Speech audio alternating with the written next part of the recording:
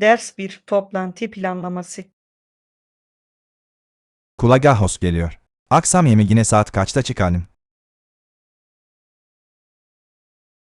Saat 19.00'da buluşsak nasıl olur? Sana uyar mı? Evet, harika. Dışarı çıkmadan önce rahatlamak için bize yeterince zaman tanıyor. Harika. Bahsettiğimiz yeni restoranı denemek için heyecanlıyım. Ben de. Menüleri hakkında harika şeyler duydum. Birlikte yeni bir şeyler deneyimlemek eğlenceli olacak. Kesinlikle. Yeni yemek yerleri keşfetmeyi çok seviyorum. Ve deneyiminizi özel biriyle paylaştığınızda her zaman daha iyi olur. Kesinlikle katılıyorum. Oraya gittiğimizde birkaç fotoğraf çekmeyi unutmayalım. Ders 2. Üzüntünün üstesinden gelme. Üzülmenin kimseye faydası yok. Önemli olan kendimizi yukarı kaldıracak yollar bulmak. Kesinlikle katılıyorum. Kendine acımanın bir faydası yok. Bu sadece olumsuzluğun uzamasına neden oluyor. Kesinlikle. Olumlu şeylere odaklanmak zihniyetimizi geliştirmemize gerçekten yardımcı olabilir. Evet, önemli olan bize neşe ve tatmin getiren şeyleri bulmaktır. Ve bazen bu, destek için arkadaşlarınıza ulaşmak anlamına gelir. Kesinlikle.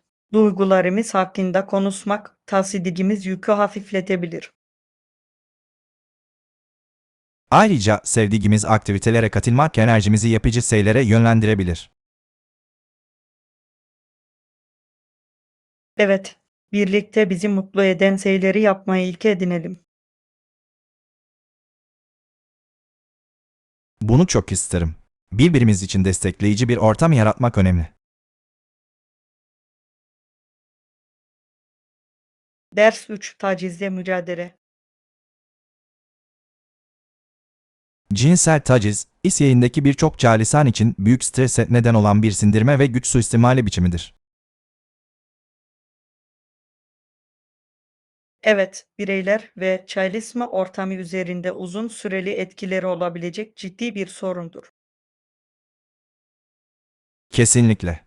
Şirketlerin tacize karşı net politikalar oluşturması çok önemli. Ve saygı ve destek kültürünün yaratılması herkesin refahı için elzemdir. Kesinlikle. Çalışanların kendilerini güvende hissetmeleri ve konuşabilmeleri için yetkilendirilmeleri gerekiyor. Evet, eğitimler personel arasında farkındalığın artmasına ve anlayışın gelişmesine yardımcı olabilir. Hep birlikte bu sorunları açıkça ele alarak daha sağlıklı bir iş yeri için savunuculuk yapabiliriz. Kesinlikle. Herkesin değerli ve saygın hissettiği bir ortam yaratmak önemlidir. Bu konuşmaları sürdürelim ve ihtiyacı olanlara destek olalım. Ders 4. Toplu taşımada gezinme. Evet, otomatik ses her durağı anons ediyor. Böylece durağınızı kaçırmazsınız. Bu da inanılmaz derecede faydalı. Harika. Toplu taşımayla seyahat etmeyi çok daha kolaylaştırıyor, değil mi? Kesinlikle. Özellikle bölgeye asına olmayan turistler için harika bir özellik.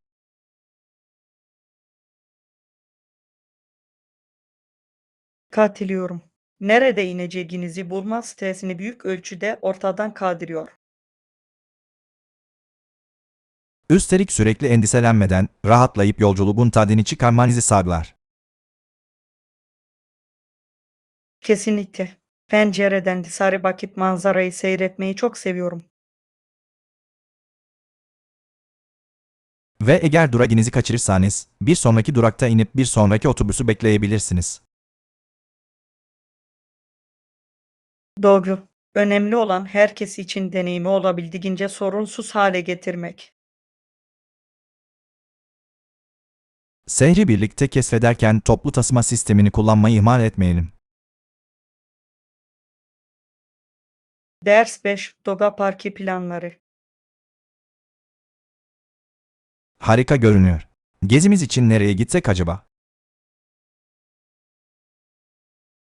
Yerel Doga Parkı'nı ziyaret etmeye ne dersiniz? Açık havanın tadını çıkarmak için harika bir yer. Bu fikri çok sevdim. Temiz hava ve doga her zaman moralimi yükseltir. Kesinlikle. Ayrıca yürüyüş ve keşif için bolca parkur var. Ve hatta yol boyunca yerel yaban hayatını bile görebiliriz. Evet, hayvanları doğal ortamlarında görmek her zaman heyecan vericidir. Oraya gittiğimizde keyifle yiyeceğimiz piknik malzemelerini yanımıza almalı mıyız? Kesinlikle. Piknik günü daha da özel kılacaktır. Bu hafta sonu ziyaretimizi planlayalım. Birlikte deneyimlemek için sabırsızlanıyorum. Ders 6: Oda olanakları. Odada bir buzdolabı olduğunu biliyorum. Ancak düzgün çalışmıyorsa vereceğim rahatsızlıktan dolayı özür dilerim. Bana bildirdiğiniz için teşekkür ederim. Bir buzdolabı, özellikle atıştırmalıkları ve içecekleri serin tutmak için gerçekten kullanışlı olabilir. Evet, konaklamamızı daha konforlu hale getirmek için olmazsa olmaz, değil mi?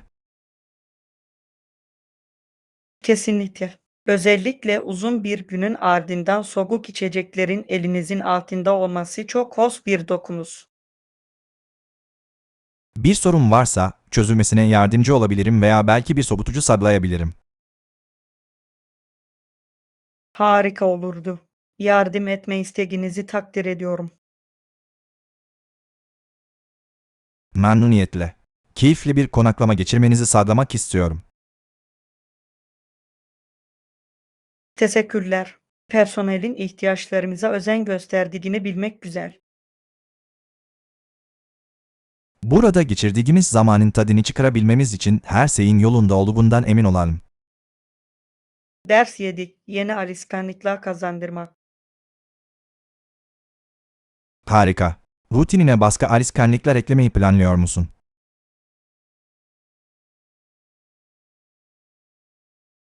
Evet, günlük programıma daha fazla egzersiz eklemeyi düşünüyorum. Harika bir fikir gibi görünüyor. Düzenli egzersiz enerji seviyenizi gerçekten artırabilir. Katılıyorum. Ayrıca ruh halinizi ve genel refahinizi iyileştirmeye yardımcı olur. Kesinlikle. Ne tür egzersizler düşünüyorsun? Isları ilginç kılmak için yoga ve koşuyu bir arada yapmayı düşünüyorum. Kulağa dengeli bir yaklaşım gibi geliyor. Yoga çok rahatlatıcı olabilirken, koşu da kalbinizi hızlandırabilir. Evet, çeşitliliğin beni motive ve meşgul tutacağına inanıyorum. Fitness yolculuğumuzda birbirimize destek olalım, birlikte çalışmak eğlenceli olabilir. Ders 8: Sabah rutinleri. Gününüze nasıl başlıyorsunuz? Uyanıyorum, esniyorum ve güne başlamak için kahve yapıyorum. Başlamak için ferahlatıcı bir yol gibi görünüyor. Ben genellikle önce birkaç dakika meditasyon yapmayı severim. Meditasyon, önünüzdeki güne odaklanmanız için harika bir yoldur. Evet, gerçekten zihnimi temizlememe ve olumlu bir ton yakalamama yardımcı oluyor. Sonrasında enerji kazanmak için kahvenin olmazsa olmaz olduğunu düşünüyorum. Kesinlikle. Sabahları sıcak bir fincan kahvenin rahatlatıcı bir yanı var. Favori bir kahve karışımınız veya stiliniz var mı? İyi bir cappuccino'yu severim. Espresso ve sütün mükemmel dengesidir. Kulağa çok lezzetli geliyor. Yakında birlikte bir kahve içmeyi unutmayalım. Ders 9. Bir hedef kitleyi etkilemek. Topluluk önünde konuşurken mizah kullanmak, soru sormak ve dinleyicilerle göz teması kurmak çok önemlidir. Kesinlikle. Mizah havayı yumuşatabilir ve izleyicinin daha fazla katılımını sağlayabilir. Evet, soru sormak etkileşimi teşvik eder ve deneyimi daha dinamik hale getirir. Kesinlikle katılıyorum. İzleyicinin konuya dahil olmasını ve bağ kurmasını sağlıyor. Göz teması kurmak da önemlidir. Bu, güven duygusunu gösterir ve güven oluşturur. Kesinlikle. Konuşmacının daha ulaşılabilir ve ilişkilendirilebilir görünmesini sağlar. Genellikle bir sunuma nasıl hazırlanırsınız? Sunumumda rahat olabilmek için aynanın karşısında pratik yapmayı seviyorum. Harika bir teknik. Bir ara birlikte pratik yapalım, birbirimize geri bildirim verebiliriz. Ders 10. Rüyalar Sehri. Biliyorsunuz, New York şehri genellikle rüyalar şehri olarak anılır. Ancak burada birçok insanın geçimini sağlamakta zorlandığı görülüyor. Kesinlikle bu kadar çok fırsatla dolu bir yerin aynı zamanda bu kadar çok yoksulluğa sahip olması büyüleyici. Öyle değil mi? Sanki parlak ışıklar ve büyük binalar, zorluk içinde yaşayanların gerçekliğini gölgeliyor. Ama tüm bunlara rağmen insanlar hala şehrin enerjisine ve canlılığına çekiliyor. Kesinlikle. Burada yaşamak istemeyenler bile çoğu zaman bu ruhun içinde bir bağ hissediyor. Açıklaması zor ama bu koşuşturmacanın insanı kendine çeken bir yanı var. Peki şehrin ihtiyaç sahiplerine yardım etmek için yeterli çaba gösterdiğini düşünüyor musunuz? Bu zor bir soru. Mevcut programlar var ancak birçok kişi bunların yeterli olmadığını savunuyor. Doğrudur. Bazı insanlar hayallerinin peşinden koşarken, bazıları da sadece günübirlik hayatta kalmaya çalışır. Ders 11. Bilgi kapıları açar. Biliyor musun, bilgimi artırmanın kariyerim için önemli ölçüde daha iyi fırsatlar yaratabileceğini düşünüyorum. Harika bir zihniyet. Bilginizi genişletmek yalnızca profesyonel anlamda size yardımcı olmakla kalmaz, aynı zamanda kişisel hayatınızı da zenginleştirir. Kesinlikle. Yeni şeyler öğrenmek, hiç beklemediğiniz yollara ve deneyimlere yol açabilir.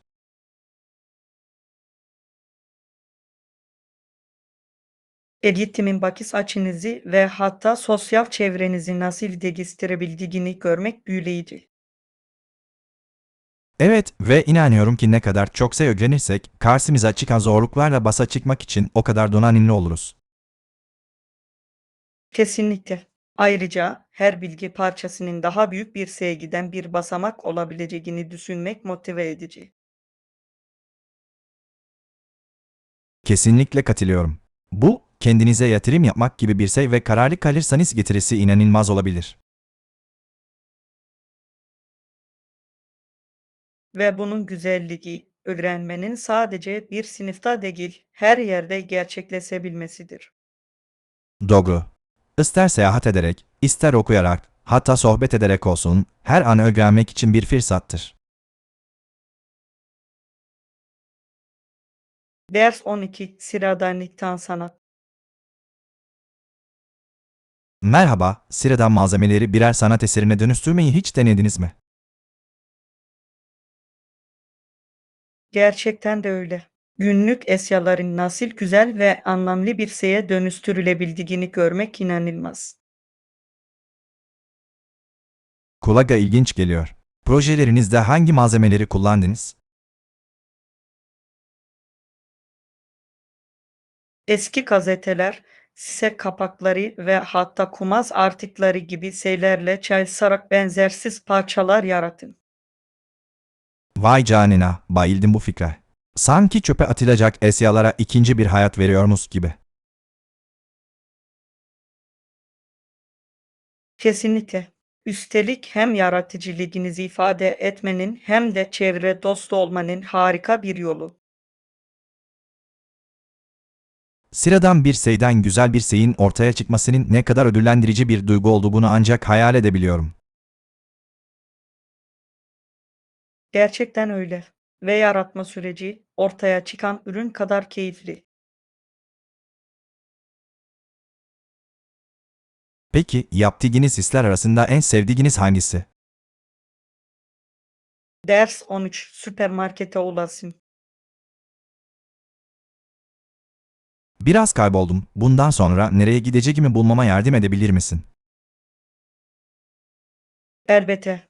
Süpermarketi gördüğünüzde bir sonraki adım köseden sağa dönmek. Ah, şimdi süpermarketi görüyorum. Peki saga döndükten sonra ne yapmalıyım? Sağa döndükten sonra trafik ışıklarına kadar düz devam edin. Anladım. Peki ışıklarda sola mı saga mı dönsem? Işıklarda tekrar sağa dönerek parka doğru ilerlemek isteyeceksiniz. Harika. Yardımınız için minnettarım. Bölgeyi bilen birinden yol tarifi almak her zaman iyidir. Hiç sorun değil. Sokaklara asina değilseniz yolunuz kolayca değişebilir. Kesinlikle. Her zaman bir harita bulundurmaya çalışıyorum ama bazen sormak daha kolay oluyor. Ders 14 emeklilikten sonraki hayat. Biliyor musun, rekabetçi tenisten emekli olalı 5 yıl oldu ve hala adrenalini özlüyorum. Tahmin edebiliyorum. Peki acil müdahaleye neden olan şey ne oldu? Sıradan bir oyun sırasında aniden şiddetli bir acı hissettim ve hastaneye gitmek zorunda kaldım. Kulağa çok korkutucu geliyor. Size hemen yardımcı olabildiler mi? Evet, çok şükür hayatımı kurtaran bir işlem yaptılar. Her şeyi yeniden düşünmemi sağladı. Bu senin için bir uyarı olmalı. Tüm bunlardan sonra nasıl hissettin? Minnettar hissettim ama aynı zamanda biraz da kaybolmuş hissettim. Tenis olmadan ne yapacağımı anlamaya çalışıyordum.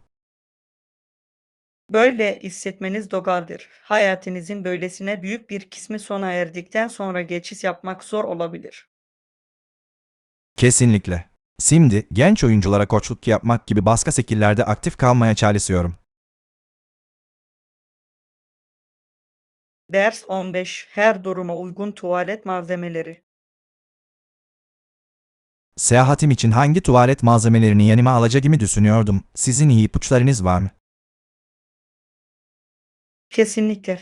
Yanınıza ne alacağınıza karar verirken gideceğiniz yerin iklimini göz önünde bulundurmanız çok önemli. Mantıklı. Cilt bakımına mı yoksa saç ürünlerine mi daha fazla odaklanmalıyım? İkisi de önemli ancak ihtiyaçlarınıza göre önceliklendirin. Hava sıcaksa hafif ürünler en iyisidir. Bu akıllıca bir yaklaşım. Genellikle fazla eşya alıp getirdiğim şeylerin yarısını bile kullanamıyorum. Anlıyorum. Hazırlıklı olmak ve hafif eşya taşımak arasında her zaman bir denge kurmak gerekiyor. Belki de hiçbir önemli şeyi unutmamak için bir liste yapmalıyım. Liste yapmak harika bir fikir. Düzenli kalmanıza ve yalnızca gerçekten ihtiyacınız olanları almanıza yardımcı olur. Doğru. Ayrıca aklınızda bir plan olduğunda bavul hazırlamak daha az stresli olur. Ders 16. Canlı Güneydoğu Asya. Güneydoğu Asya hakkında çok şey duydum. Canlı ve hayat dolu geliyor. Gerçekten öyle. Kültürü, yemekleri ve insanları onu unutulmaz bir deneyime dönüştürüyor. Peki ya Güney Amerika? Karşılaştırma yaparsak. Güney Amerika, zengin tarihi ve keşfedilmeyi bekleyen muhteşem manzaralarıyla kendine özgü bir çekiciliğe sahiptir. Çok ilginç. Her iki bölgede de önerebileceğiniz belirli yerler var mı? Güneydoğu Asya'da Tayland plajlarını kaçırmamalısınız. Güney Amerika'da ise Machu Picchu mutlaka görülmesi gereken bir yer. Bunlar harika görünüyor. Her iki bölgenin de güzelliğini bizzat deneyimlemeyi çok isterdim. Her destinasyonun kendine has bir havası var. Aslında bu ne tür bir macera aradığınıza bağlı. Sanırım her ikisi de hoşuma giderdi. Önemli olan kendinizi yerel kültüre kaptırmak, değil mi? Ders 17. Cerrahide yenilikçi teknikler. Yakın zamanda 70 genç adamı bizzat ameliyat eden bir cerrahin hikayesini okudum. Gerçekten etkileyici. Gerçekten öyle. Kendi tekniğini kullanması alanında büyük bir özveri ve uzmanlık gösteriyor. Burada ne tür tekniklerden bahsediyoruz? İyileşme süresini en aza indiren ve sonuçları önemli ölçüde iyileştiren bir yöntem geliştirdi. Bu büyüleyici. Çalışmalarının bu kadar çok insanın hayatındaki olumlu etkiyi görmek ödüllendirici olmalı. Kesinlikle. Bu tür yenilikler tıbbi prosedürlerin görünümünü tamamen değiştirebilir. Bu kadar etkili bir yöntemi nasıl bulduğunu merak ediyorum. Çok fazla araştırma ve deneme yapmış olmalı. Kesinlikle. Sürekli öğrenme ve uyum sağlama tıp mesleğinde anahtardır. Başkalarının yararına sinirleri zorlayan birini görmek ilham verici. Ders 18. Akademik yolculuk. 1909-1911 yılları arasında Toronto Üniversitesi'nde eğitim görmüş bir bilim adamından bahsedildiğini duydum. Önemli bir dönem. Peki, öğrenimi boyunca nelere odaklandı? O dönem için çığır açıcı nitelikte olan erken dönem tip uygulamaları konusunda uzmanlaşmıştır. O zamandan bu yana tıp biliminin ne kadar ilerlediğini düşünmek inanılmaz. Daha sonra Frontier'de çalışarak bilgilerini gerçek dünya ortamlarında uygulamaya başladı. Özellikle o zamanlar. Bu zorlu ama bir o kadar da ödüllendirici bir deneyim olmalı. Kesinlikle. Öncülerin modern tıbbın temellerini nasıl attıklarını görmek inanılmaz. Katkıları çoğu zaman göz ardı ediliyor ama bugün ilerlemeler için çok önemliler. Geleceğimizi şekillendirmede tarihin ne kadar önemli olduğunun bir hatırlatıcısı. Ders 19. Yerel mutfak önerileri. Seyahatimi planlıyorum ve konaklama yerimi önceden ayırtmak istiyorum. Çok akıllıca. Nerede kalmayı düşünüyorsun? Henüz emin değilim ama harika yerel mutfağa yakın olmak istiyorum. Önerileriniz var mı? Kesinlikle. Otantik yemekler sunan yerleri arayın. Kültürü deneyimlemenin harika bir yoludur. Yeni lezzetleri, özellikle de yerel lezzetleri denemeyi çok seviyorum. Mutlaka denemeniz gereken bir şey var mı?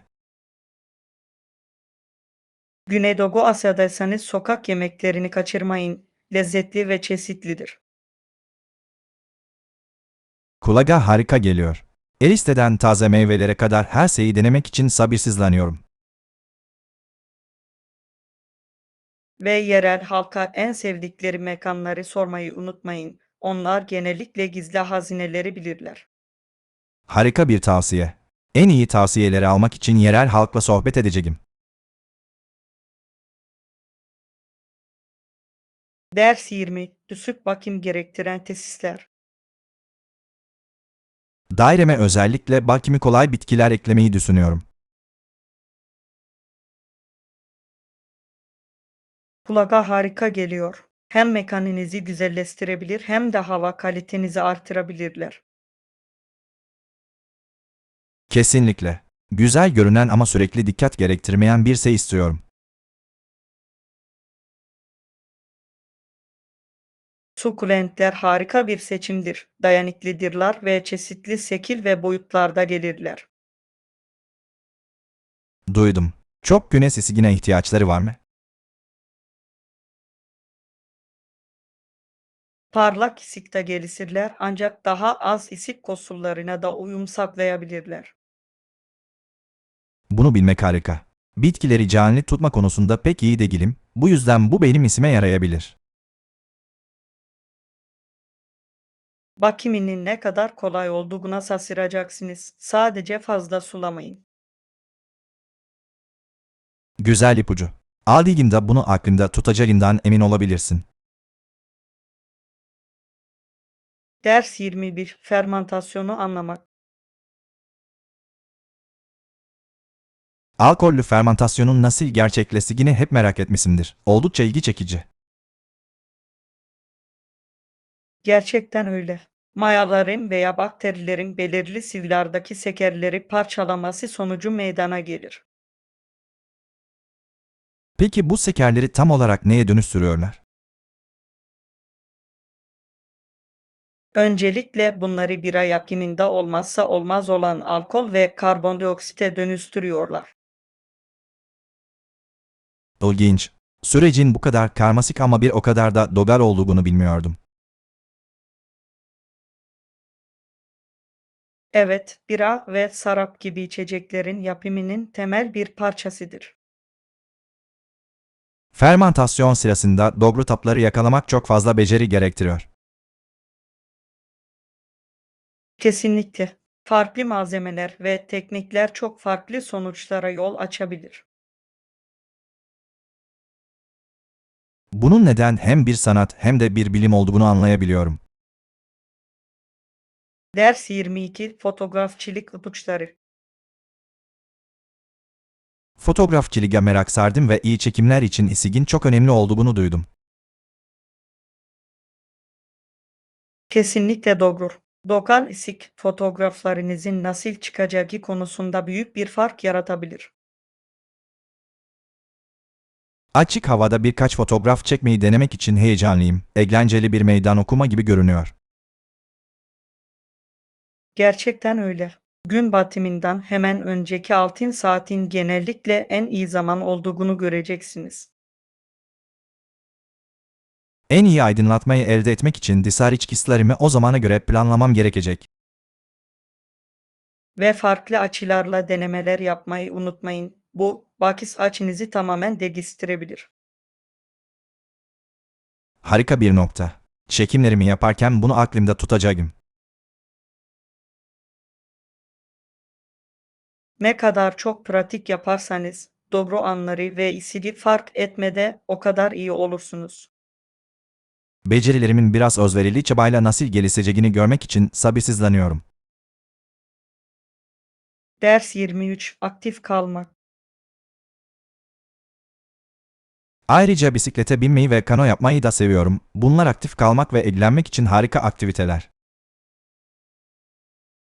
Bunlar egzersiz yapmanın harika yolları gibi görünüyor. Bunları ne sıklıkla yapıyorsun? Haftada en az 2 kez bisiklete binmeye çalışıyorum. Hava güzel olduğunda hafta sonları kano yapmayı seviyorum. Harika bir rutin. Bisiklete binmek veya kano yapmak için favori bir yeriniz var mı? Evet, nehrin yakınında bisiklet sürmek için mükemmel bir patika var ve yakındaki gölde kano yapmak için ideal. Kulağa harika geliyor. Egzersiz yaparken doğada olmak çok ferahlatıcı olmalı. Kesinlikle. Sadece sporla ilgili değil, aynı zamanda rahatlamanın ve zihnimi boşaltmanın da harika bir yolu. Neden bu kadar keyif aldığınızı anlayabiliyorum. Bu aktiviteler için bir gruba veya kulübe katılmayı hiç düşündünüz mü? Düşündüm. Aynı ilgi alanlarına sahip yeni insanlarla tanışmak güzel olurdu. Ders 24. Kolaylıkları kontrol etmek. Konaklamamı yapmadan önce otelin konumunu ve olanaklarını mutlaka kontrol edeceğim. Akıllıca bir hareket. Konaklamanızda hangi olanakları arıyorsunuz? Uzun bir kesif gününün ardından dinlenebileceğim bir spor salonu ve belki de güzel bir havuz umuyorum. Bunlar harika seçenekler. Spor salonu, seyahat ederken bile aktif kalmanıza yardımcı olabilir. Kesinlikle. Ayrıca özellikle sıcak havalarda havuzda dinlenmek harika bir fikir. Kesinlikle. Ayrıca kahvaltı verip vermediklerini kontrol etmeyi unutmayın. Sabahları size zaman kazandırabilir.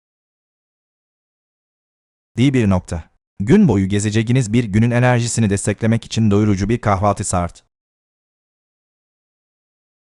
Haklısınız. Evden uzaktayken her şey rahatlık ve konforla ilgili. Kesinlikle katılıyorum. Genel deneyimi anlamak için bazı yorumları da okuyacağım.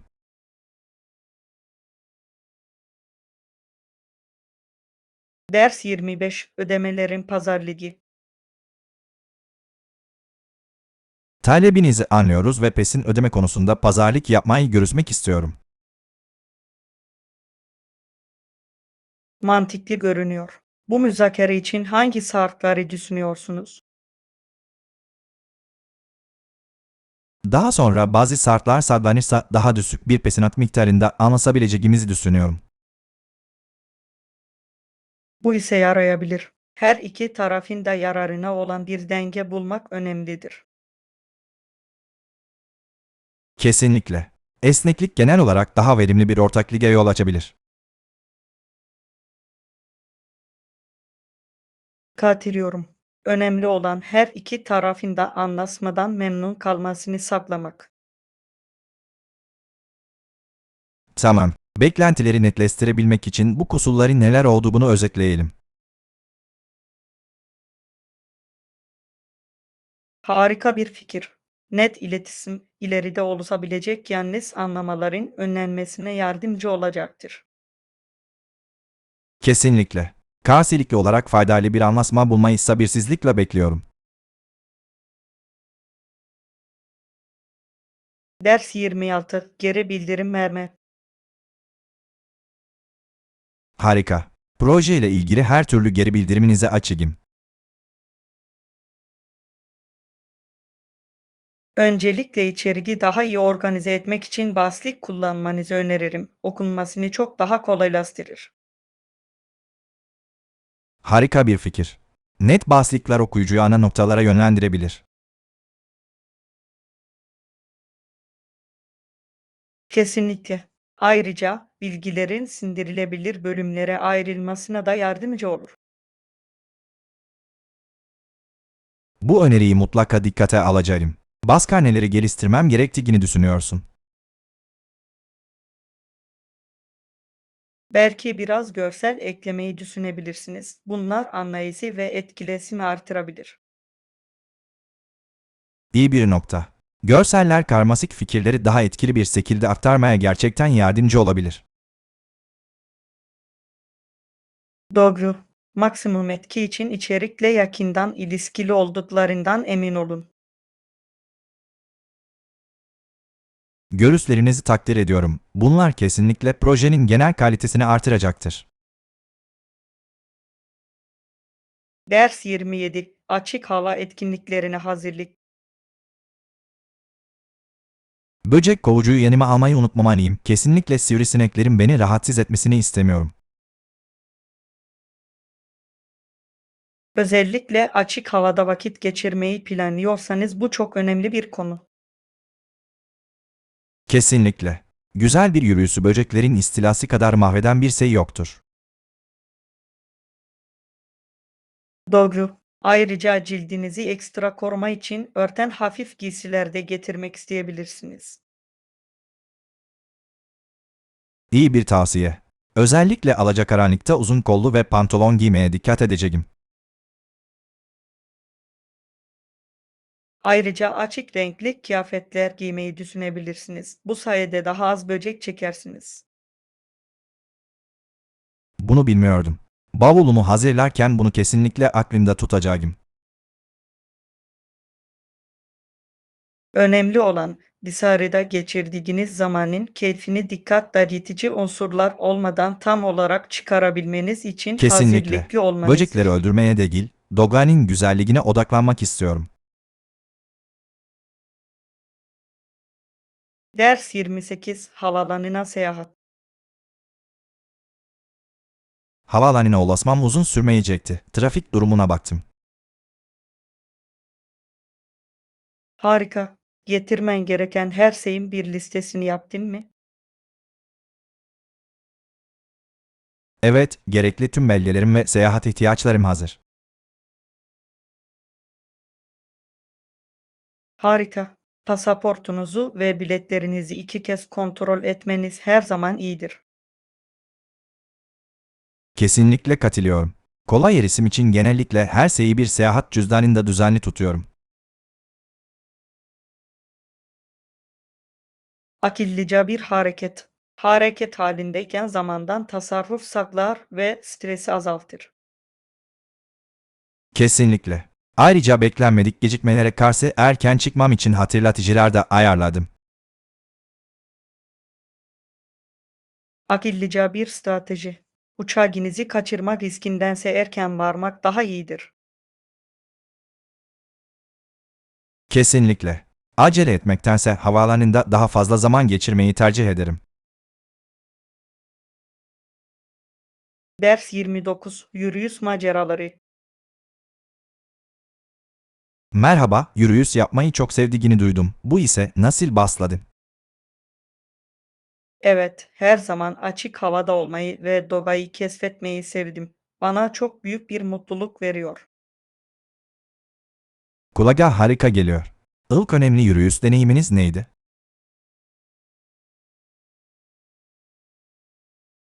İlk büyük yürüyüşümü bir grup arkadaşımla dağlarda yaptım ve nefes kesiciydi. Manzarayı hayal edebiliyorum. Yol boyunca herhangi bir zorlukla karşılaştınız mı? Kesinlikle. Zorlu parkurlarla karşılaştık ama basarma duygusu her şeydeydi. İlham verici. Zorlukların nasıl ödüllendirici deneyimlere yol açabileceğini duymak harika. Kesinlikle. Her yürüyüş size doğayla veya kendinizle ilgili yeni bir şey öğretir. Bir gün seninle yürüyüşe çıkmayı çok isterim. Harika bir macera gibi görünüyor. Ders 30 Alternatifleri keşfetmek. Benim için e-postaları düşüncesizce açmak ve sadece hareketleri yapmak kolay. Kesinlikle. Olayları taze tutacak alternatif yaklaşımlar bulmaya çalışmak çok daha iyidir. Katılıyorum. Rutinleri değiştirmek daha üreten sonuçlara ve daha fazla motivasyona yol açabilir. Doğru. E-posta yönetiminiz için belirli hedefler belirlemeyi düşündünüz mü? Harika bir fikir. Önemli mesajları öncelik sırasına koyup önce onlara cevap verebilirim. Evet, hatta belki de gün içinde e-postalarınızı kontrol etmek için belirli zamanlar bile ayırabilirsiniz.